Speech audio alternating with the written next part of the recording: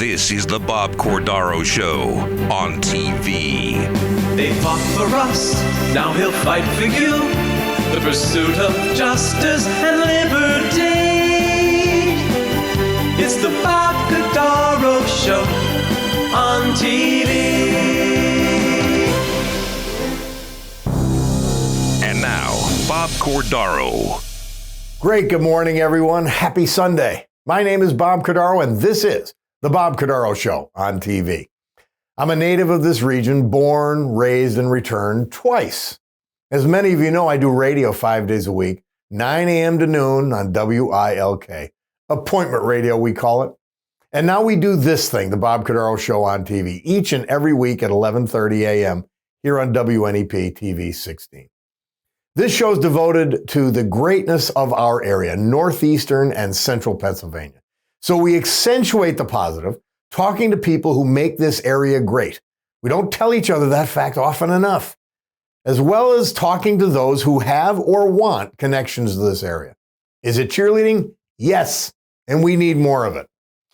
First, Rebecca Martino from Stately Pet Supply is going to continue her discussion of how to properly care for our pets, what products to buy, how these purchases can help, and as always, why we should buy local. Bark or meow if you're happy. Next, Dr. Bryan Frantz continues his effort to educate all of us on dental care, treatment, and the key issues we need to know for our oral health. Osteoporosis today, open wide. Then our Power Brunch Player of the Week is Steve Tolerico, owner of IDIQ, a marketing, public relations, and branding firm. In traditional advertising services, Steve is a leader in the concept of branding, even starting a brand academy through which he helps companies and individuals create, develop, and utilize their own brands. Well, we've heard a lot about branding, and most of us don't know what the heck they're trying to talk about. But today, Steve tells us exactly what it is, how it is created, and then how it can be used to further your business and your personal goals. So with the help of God, our families, and each other, let us begin. Rebecca Martino is the owner of Stately Pet Supply, a unique pet store experience in Clark Summit. Rebecca is also a vocal advocate for local business and buying local. Well, on our monthly pet segment, we've got Rebecca Martino from Stately Pet Supply in Clark Summit. And we could run the gamut here. But I want to go back to something we talked about when you were Power Player of the Week. One of the things Stately Pet Supply has come to a lot of people's attention, my own included, is your community orientation. It's a great store. I mean, it's a great store. It's better than the big boxes. I did both. I have a cat. I'm one of those rare people that's a dog person and a cat person simultaneously. Mm-hmm. Well, that's not rare, is it? No. Yeah. I think if there's anything, there's preferences. Very few people like them equally because they have, you're going to always sway one way or another for, do you like dog exercise patterns or do you prefer the more laid back cat? Do you like to go away for the weekend? You'll lean one way or another in the end. And the store is primarily, Stately Pet Supply is primarily about dogs and cats. Mm-hmm. Getting back to the community efforts you extend at Stately Pet Supply. Mm-hmm. You've helped out with canine programs with the police. Mm-hmm. Tell us a little bit about that. Well, one of the first things I like to do is look at the success that I've had in my business and the stability that it now has since we've grown. We've been around over 8 years. I like to take, very much like when I started the store, I went, well, nobody's out there helping. Somebody should do something. So my first thought is, all right, I'll do it. So very much in that same pattern, I look at how there are police officers out there who are the first people that are going to respond. If you have a problem, you're scared, there's an intruder, they're coming and they're going to put themselves in harm's way. So there are officers out there who have canine officers with them. It is sometimes just not in the budget for these local municipalities to cover the costs for the pet. And a lot of times it comes out of the officer's pocket. So again, my thought is, that's not right. Somebody should do something. Okay, I'll do it. So what I like to do is talk with the officers. Tell me about your dog's needs. What are they eating right now? Tell me how much activity you get in a day. How old is the dog? And I foot the bill. I just donate it. I say, here you go. I don't want any money. Here you go. That's great. Thank you. And that goes back to your message that the local businesses are the fabric of the community, the locally owned businesses. Mm-hmm. And that's just another example. I just wanted to get that across. Now, all right, let's talk cats. Yep. I love my cat Pomf. That's how we met. And I'm an English Bulldog Mastiff guy too, but let's talk cats this week. You go into the store, and again, one of the things I like about it, both you and your staff are well trained to ask about the pet and to provide what that pet probably needs. Mm-hmm. That's what you do. That's what we do. So, whether you have a dog or a cat, when you come in, sometimes you're just looking to get something on a more local basis, but sometimes you have a problem. So let's say cats, a very particular, let me point out my shirt. This shirt has the most amount of mileage on it, probably, of the staff shirts. I threw a jacket on it, and now I'm TV ready. But right, the cat, it says, tell your cat we said, so if you say it like a code, then we make a joke out of it. But so that's part of our culture. Yeah. But let's say cats. One of the biggest problems with cats is they're very picky eaters. They're very patterned eaters. So one of the biggest problems we have when customers come in and talk about cats is, I want to get my cat on a better food. I just can't. They're little cat crackhead addicts on these things, and they're addicted to this or that. And there are reasons that foods can be addictive to cats, whether it's the shape, salt content. Cats can be little carb addicts just like we can, and it's very difficult to get them off of a food. It could take a year. A cat can like something that's unhealthy for them. Yes. As much as we could. Absolutely. So all of my talking points about natural and high animal inclusion and quality controls all go out the window when it comes to cats. They will only eat what they like. And they will starve themselves to death. Dogs won't, cats will. So you can't just starve your cat into compliance. Where dogs are so much lower maintenance. Test of wills, owner loses. The cat will win every time.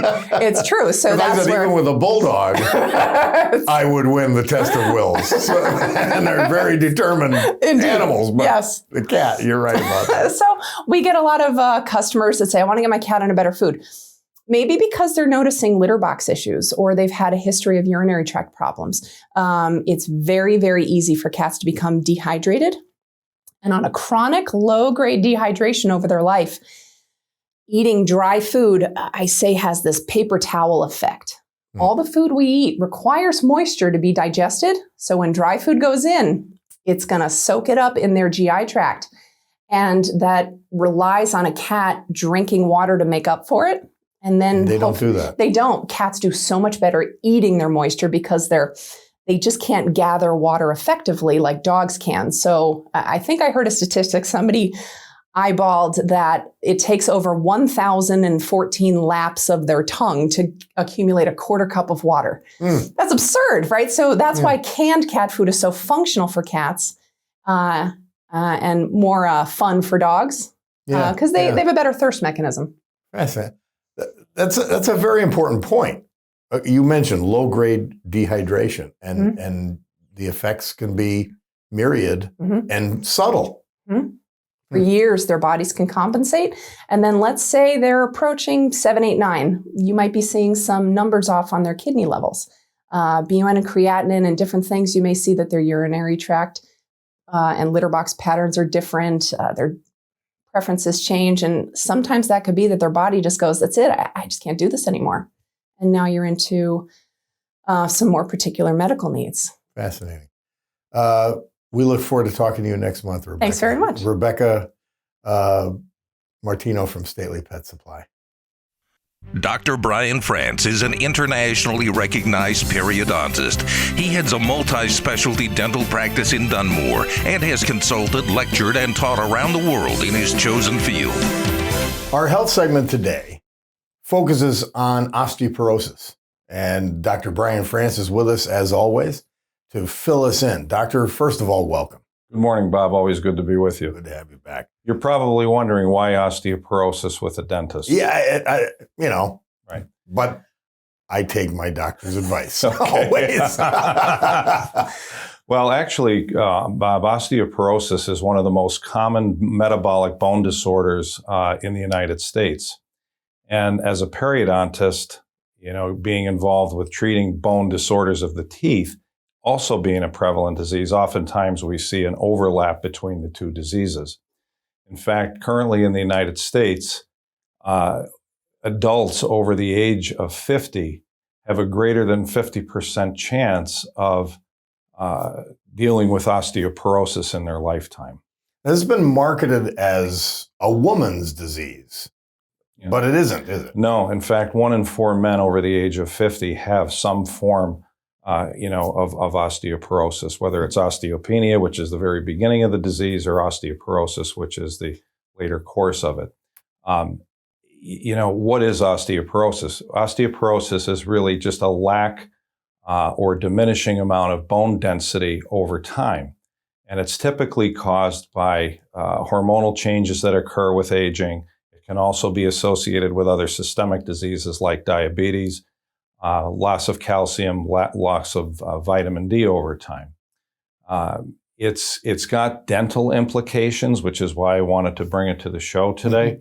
There's basically two. There's osteonecrosis of the jaw, which is caused by some of the medications that are used to treat osteoporosis, and there's periodontal disease. Osteonecrosis is, as I just alluded to, is caused by can be precipitated by medications, typically Fosamax or Prolia. So if you are a patient who is taking either of those medications or currently, been advised to, it would be prudent to consult with your physician and your dentist prior to going on those medications. We know that dental infections, poor fitting dental appliances, poor oral health can cause some of the osteonecrosis of the jaw, which is basically where the gum tissue over the bone gets irritated and it's lost, resulting in exposing bone. So you want to be sure that you're in order to prevent osteonecrosis, you want to make sure that you're maintaining proper oral health, you're consulting with your physician in medicine and your medical doctor, dentist before you go on those medications, and that you see your dentist on a regular basis so that you know that you're not having any dental infections or problems that could precipitate that problem. Okay? Well, it's a bone and bone problem. I mean, Right. Well, all right. So is osteoporosis, if it presents itself in someone, is it throughout the body? Is it? Right, and that's a great question, and generally it is. So there's different tests the physicians will do, different areas of bone throughout the body to see whether or not a patient has osteoporosis. But to go back to oral, the periodontal disease, if you will, the relationship there is that also you lose alveolar bone, or bone that supports the teeth in the jaw. And so as dentists, we want to be looking for that and making sure the patients that are taking these medications, have good oral hygiene so that they don't start to lose the bone around the teeth. Fascinating. Dr. Bryan Frantz, thank you very much. It's something that I would have not associated with oral health, but the jawbone's connected to the neck bone, I guess. Yeah. The mouth is the window to the body, Bob. Yeah. Thank you very much. My pleasure. Always good to be here. All right. And now, the Sunday Brunch Power Player of the Week on the Bob Cordaro Show. Our Power Player of the Week is Steve Tolerico. He owns a company called IDIQ. A lot of traditional advertising, but the one thing that I think makes him stand out is he's a brand guy. Now, I don't know what the heck a brand is, and that's why we're here today. Steve, welcome. Hi, thank you, Bob. Thanks for having me. All right. what is a brand? I mean, I know a brand, it's Budweiser, it's this, it's that. I know, I guess I know, but tell us, what is it? Let's start with maybe what a brand is not. The term is used, blah, blah, blah, for way overused interchangeably with marketing communications. A brand is not your logo. It's not your product. It's not your company. It's not the name of the company. A brand is really your relationship with the world. It's the mark you make on the world. And branding is really a verb, not a noun. Mm-hmm.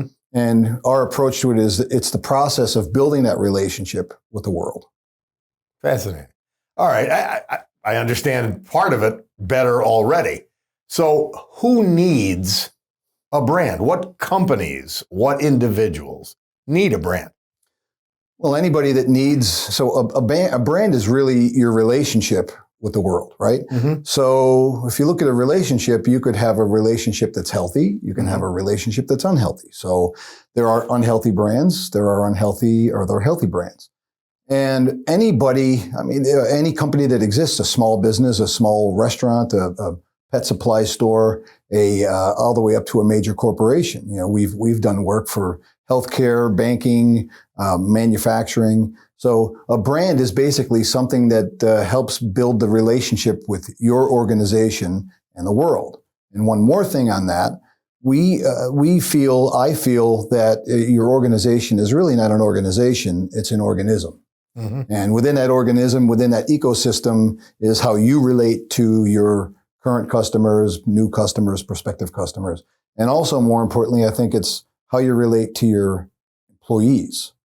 It's how you relate to your staff. It's how you relate to the board of directors. It's how you relate to the community. So the company's culture, which I think a lot of us understand within its organism, is a critical part of the brand because what's inward becomes outward facing. Am I right on that? Yeah, we say if you don't love it on the inside, if it's not loved on the inside, how could it be loved on the outside, right? Mm-hmm. So there's a process. It's basically aligning your identity with your brand. You know, so when you take your identity, who you are, what you stand for, what you believe, and you align that with your brand is their perception of you. It's the mark you've made on them. It's the position you hold in their mind or their heart. The goal is to align that. And you see today that many companies are struggling not only with retention of customers and clients and patients, but attracting and retaining employees. Mm-hmm. You know, many clients are spending more money on recruitment of employees than they are on, acquisitions of clients and customers. So building that alignment is really important. I've got a company. It doesn't matter what it is. It doesn't really. But I've got a company. And I want to, or I'm an individual, maybe, this Bob Cordaro thing with radio, TV. They call that personal brand. Personal brand. Yes. So I come to Steve Tolerico and IDIQ, and I say, I need a brand. I'd like you to help me develop my brand. I'd like you to help me create a presence for my brand. What are the kinds of things you advise or tell them to do or do for them? So that's a long answer to that. You got time. We have time. It's important. I mean, it's something people bandy about all the time, but nobody actually gets to it. Well, what is it? How does it work? Tell us a little bit about it. I mean, first of all, you can't give your whole business plan here today, but give me this, I guess, the outline of what you're going to tell me to do and what you're going to do for me. That's sort of the core of that question. So if you view your company as an organism versus an organization, then the important thing there is you have to realize that what most companies will do and what many other competitor companies of ours would do is they use the word brand interchangeably with everything, right? So to really build a brand, many companies will go to a company like mine and they'll say, can you help me out? So that company might come in and they might focus on social media, or one might focus on video or something like that. And the idea there is that that company will then be focusing on the deployment of your message, right? Versus they'll go one step deeper and they'll say, well, we're going to tell your story for you. Mm-hmm. And then many companies that are a little more organized would have like a brand guide that might talk about your fonts and the point you're trying to make and the messages and the photography and the color schemes and all that. We believe that it goes deeper than that. Again, to build a healthy, long-term, sustainable relationship, it's almost like, it's not just about looking good. It's about going deeper on the inside and building out, building from the top down, from the bottom up, from the inside out. So we basically created a system where, a process really, where we bring the executives in and we do a few sessions with them and we talk about, we get them comfortable and we get them feeling really confident in terms of being able to communicate and being vulnerable with each other. Because I feel if you don't have that, everything you do is fake. No one's really getting to the depth of really solving problems. It's almost like that really comfortable feeling you have when you meet someone you knew your whole life. You can let your guard down, you can be truthful, you can be authentic, you can be honest, and you know that you can say anything and they're not going to judge you. We feel, our firm feels, if you don't get the person in that company to that level where you can have a true, honest, authentic conversation, then it's really, you're not going to get it as fresh and as strong and sustainable as you could. So go ahead. Well, Steve, IDIQ and Steve Tolerico created the Brand Academy, essentially. And that's what that does. Well, let's find your brand.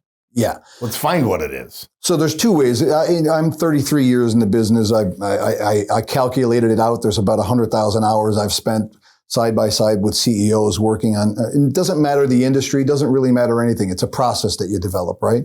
And people have worked with me where my firm has they hire me to execute the product, whether it's a website, a video, or the brand identity, all of that stuff.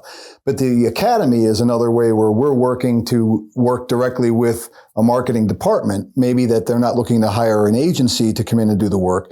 And we bring them up to our firm and train them through this whole entire process. And then we have like a boot camp where they can come in and train and work on a campaign, a website, the brand guide. Ultimately, they leave with a brand guide, but we take them through all the steps of like understanding your purpose, what's your vision for the company, what's people's perception of you from the outside. Mm-hmm. So there's a lot of factors involved in it to build something that's long-term and everlasting. So the brand is created, and it's a meticulous, involved process. And then I think you touched on a word that jumped out to me, brand identity. So that's how you start to interact with the public with this brand? Yeah, so our approach is the brand isn't really created.